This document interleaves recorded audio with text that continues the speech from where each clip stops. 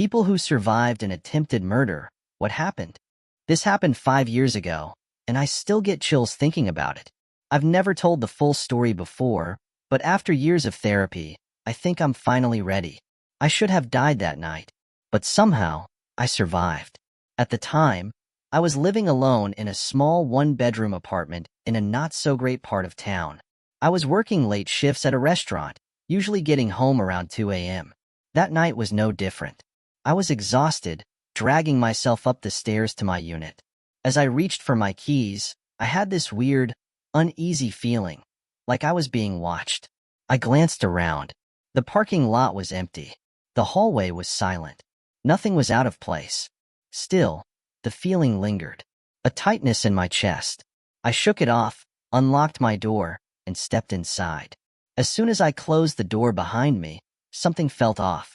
The air inside my apartment was heavy, like someone had just been there. You know that feeling when you walk into a room, and you know someone else was just inside?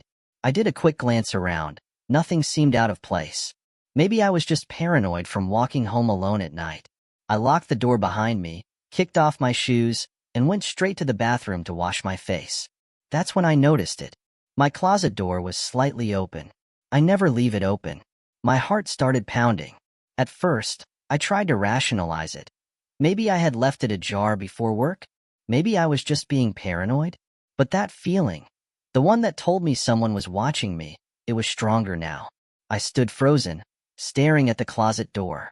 And then I did something that, looking back, probably saved my life. Instead of checking the closet, I walked back to my front door and quietly unlocked it, just in case.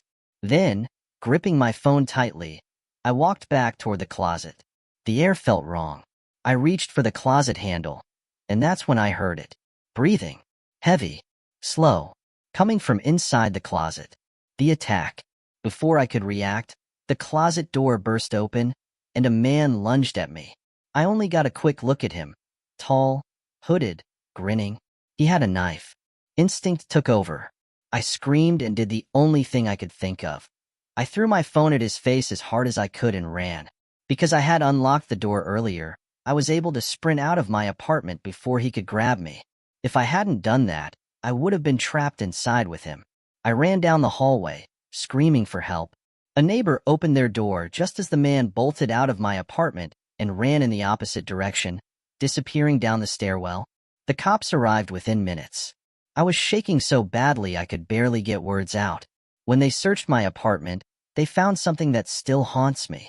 Inside my closet, there was a roll of duct tape, a rope, a second knife. He wasn't there to rob me. He was there to make sure I never left that apartment alive.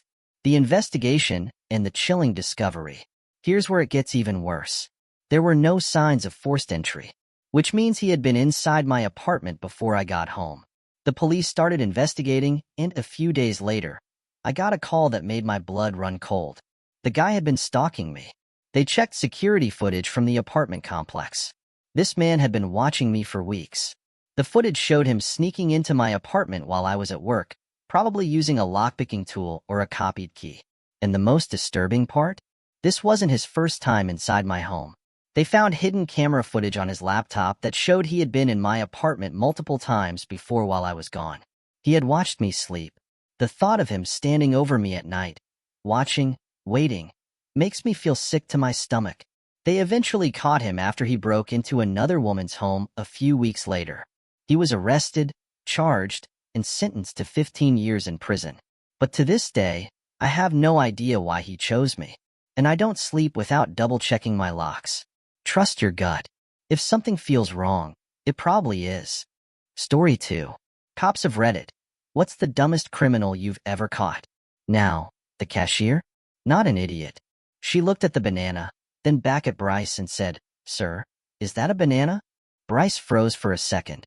Then, in what I assume he thought was quick thinking, he said, "Nah, it's a banana-shaped taser." The cashier, who clearly had zero patience for this nonsense, just stared at him and said, "Dude, get out." Mistake number 3, the escape. Realizing his master plan was falling apart, Bryce panicked. Instead of running out the door, he ran into the stockroom, thinking it was an exit. It was not an exit. By the time he realized his mistake, the automatic security lock had engaged, meaning he had locked himself inside the store. Meanwhile, the cashier casually called 911 and said, "Yeah, we have a guy who just tried to rob us with a banana. He's trapped inside. Take your time."